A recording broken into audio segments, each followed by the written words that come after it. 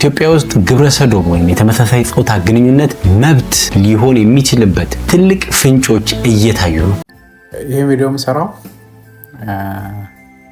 የአንድ ወንድማችንን ግብረ ሰዶም ነው ብላችሁ ደብድባችሁ ቪዲዮ ቀርጻችሁ ጀግና ነኝ ብላችሁ አደባባይ ወጥታችሁ ሼር እያደረጋችሁ ከታች ኮሜንት ላይ ሄዳችሁ ገደል ደብደብ ብቻ ማትሉት ነገር የለም። ይህ ፍንጭ ምን እንደሆነ በዚህ ቪዲዮ እነግራችኋለሁ። ቻናላችንን ሰብስክራይብ ማድረግ እንዳይረሳ። ናሁታ ቲዮ። እንደሚታወቀው ጋዜጠኛ ሶፎንያስ ሰሞኑን ያለበትንም ሁኔታ አይታችኋል።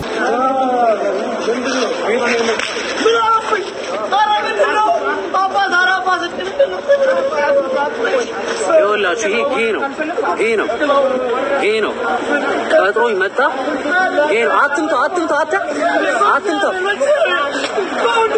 አንድ ወጣት የዚህን ጋዜጠኛ እያንዳንዷን ንግግር ቀርጾ አዘጋጅቶ ለሚዲያ አጋልጦታል። ቪዲዮዎቹ ላይ በምንመለከትበት ጊዜ እንዳጋለጠውና ሶፎንያስም እዛ ከደረሰ በኋላ ይህ ወጣት ከጓደኞቹ ጋር አብረው በመሆን ደብድበውታል።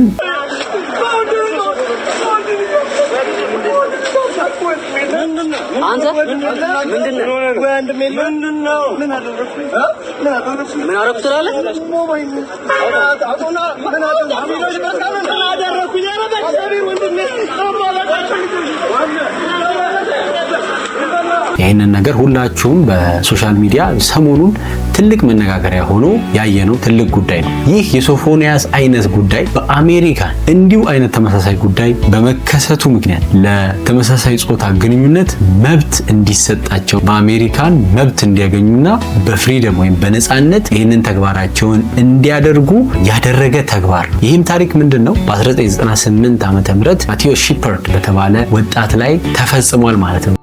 Matt Shepard, the gay college student savagely beaten last week in Wyoming, died this morning. The murder of 21-year-old Matthew Shepard in Laramie, Wyoming, shocked the country. ይህ ድርጊት በመፈጸሙ ምክንያት አሜሪካን ሀገር ላይ ለነዚህ ለተመሳሳይ ጾታ መብት እንዲያገኙ ወይም ደግሞ ህገ መንግስቱ ላይ እንደ መብት ኤክሰርሳይዝ እንዲያደርጉ ተቀምጦላቸዋል። ምናልባት ይህ ነገር ወደ ሀገራችንም ሊመጣ የሚችል ስጋት ስላለ ነው ይህንን ነገር እየሰራው ያለሁት። ምንድነው የሆነው? በ1998 ማቲዮ ሺፐርድ የተባለ የ21 ዓመት ወጣት አሜሪካዊ የተመሳሳይ ጾታ ወይም ደግሞ ግብረ ሰዶም እንደሆነ አንዳንድ መረጃዎች ይገኙበታል ማለት ነው። ልክ የኛው ጋዜጠኛ ሶፎንያስ እንደሆነው አይነት ማለት ነው። ስለዚህ የሆኑ ወጣቶች ይደራጁና ይሄንን ልጅ ያፍኑታል። አፍነውት ወደ ራቅ ወዳለ ስፍራ ይወስዱና ድብደባ ይፈጽሙበታል። ከዛም በኋላ ደብድበውም አልለቀቁትም። ራቅ ያለ ስፍራ የሆነ አጥር ጋር አስረውት ትተውት ይሄዳሉ። ከቀናት በኋላ ይህ ግለሰብ ሰዎች ያገኙታል። በዚህ ድብደባ በጣም ደክሟል፣ በጣም ርቦታል፣ በጣም ተጎድቷል። ሆስፒታል ይሄዳል። ሆስፒታል ከሄደ በኋላ ከቀናት በኋላ ህይወቱ ያልፋል። Aaron James McKinney and 21-year-old Russell Arthur Henderson will now be charged with murder in the first degree. The details of his killing were brutal. He'd been pistol whipped 18 times, tied to a wooden fence, and left to die. His primary attacker's defense? Matthew had tried to seduce him. McKinney and Henderson were approached by Shepard, who is gay, at a local bar. Offended, they allegedly decided to rob him by also pretending to be gay and luring Shepard to their truck. ህይወቱ በማለፉ ምክንያት የሀገሪቱ መንግስት በዚህ ነገር ይቆጣል። ብዙ ህዝቦች ይቆጣሉ። እንዴት ግለሰብን በዚህ አይነት መንገድ አደጋ ይፈጸምበታል ወይም ደግሞ እንዴት ይገሉታል? አካል ጉዳት አድርሰውበት ደብድበውት ጥለውት ሄደው በስተመጨረሻ አሟሟቱ በጣም ዘግናኝ በመሆኑ በጣም ትልቅ ነውጥ ይነሳል ማለት ነው። It seemed obvious to everyone that the killing was a hate crime. Matthew Shepard had been killed for being gay. And Matthew became a symbol, one that launched vigils, charities, statements, and dedications. As New York Representative Sean Patrick Maloney put it, Matthew Shepard is to gay rights what Emmett Till was to the civil rights movement. በዚህም ነውጥ ምክንያት የሀገሪቱ መንግስት ወይም ደግሞ የአሜሪካ መንግስት ህግ ያረቅላቸዋል ማለት ነው። ስለዚህ እነዚህ የግብረ ሰዶም ወይም ደግሞ ተመሳሳይ ጾታ ላይ የተሰማሩ ግለሰቦች የዚህ ሰው የአሟሟት በማየት እንደ መብታችን አይደለ እንዴ ከሃይማኖት ከምን ብናፈነግጥ ምን ፈልገውን ኢንተረስታችንን ብናደርግ መብታችን አይደለ እንዴ እንደዚህ አይነት ኢሰባዊ አይነት ድርጊት እንዴት ይፈጸምብናል? እንደዚህ አይነት አገዳደል ለህይወታችን አስጊ ነው፣ አደጋ ነው፣ ህይወታችን አደጋ ላይ ነው ብለው ሰላማዊ ሰልፍ ይወጣሉ። I am so pissed off.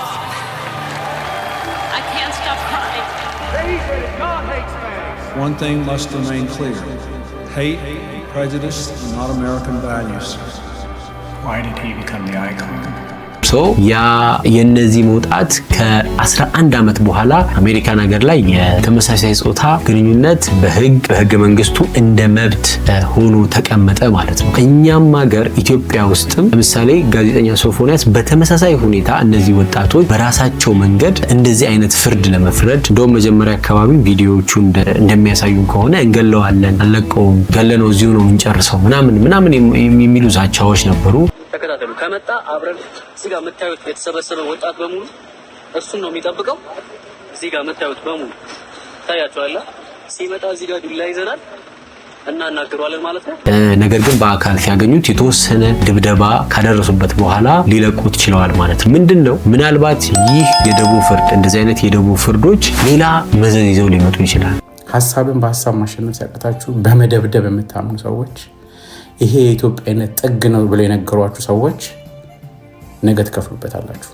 ስለዚህ በእንደዚህ አይነት እንቅስቃሴ ውስጥ ያሉ ሰዎች መንግስት እጁን አስገብቶ እንደዚህ አይነት ነገር ልክ እንደ ስርቆት፣ እንደ ሙስና፣ እንደ ግድያ፣ እንደ ወንጀል ሰው ጠቁሞ ፖሊስም ተከታትሎ እነዛን ሰዎች አስሮ ይዞ አጣርቶ ፍርድ መስጠት ወይም ደግሞ እንደ ህግ ወጥቶ ህግም ሊኖር ይችላል፣ እርግጠኛ አይደለሁም። እንደዛ ሆኖ ፖሊስ ትክክለኛ የመንግስት አካል ያንን ነገር ማድረግ አለበት እንጂ እንደዚህ አይነት የደቡብ ፍርዶች የሚቀጥሉ ከሆነ ምን አይነት ነገር ሊመጣ ይችላል? ልክ እንደ አሜሪካ ሰላማዊ ሰልፍ ወጥተው ምናልባትም የውጪ ሀገር የምዕራባውያን የምናውቀው ነው ብዙ ነገሮቻችን ከውጪ ኃይሎች ተጽዕኖዎች የወደቀንን ብዙ ነገሮችን ኢምፖርት እናደርጋለን ብዙ ነገሮች ጋር የተገናኘን ስለሆነ የውጪዎችም እንዲህ አይነት ፕራክቲሶች አገራችን ላይ የሚመጡ ከሆነ የነሱ ጫና ስለሚኖር ኢትዮጵያ ውስጥም ከሆኑ አመታት በኋላ ይህ ነገር እንደ ህግ መጥቶ እንደ መብት ሊቀመጥም ስለሚችል እንደዚህ አይነት የደቡብ ፍርዶችን ትተን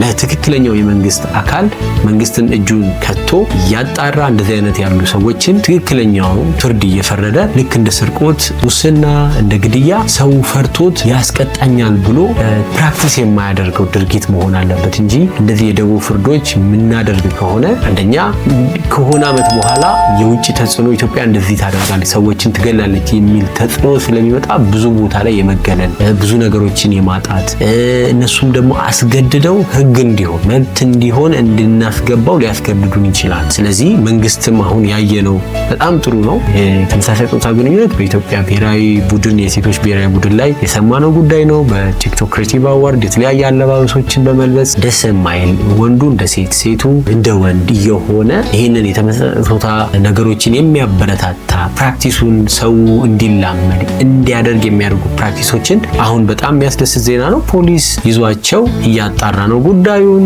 ስለዚህ እነዚህም እንደዚህ መሆኑ ነገ ከነገ ወዲያ እንደዚህ በህግ እንጠየቃለን በማለት እንዲህ አይነት ፕራክቲሶች አይደረጉም ማለት ነው። ሰዎችን ያስተምራልና ይህንን ለማስተላለፍ ነው። በቀጣይ በተሻለ ቪዲዮ እስከምንገናኝ ላይክ፣ ሰብስክራይብ እንዳይረሳ። ናሁታ ቲዩብ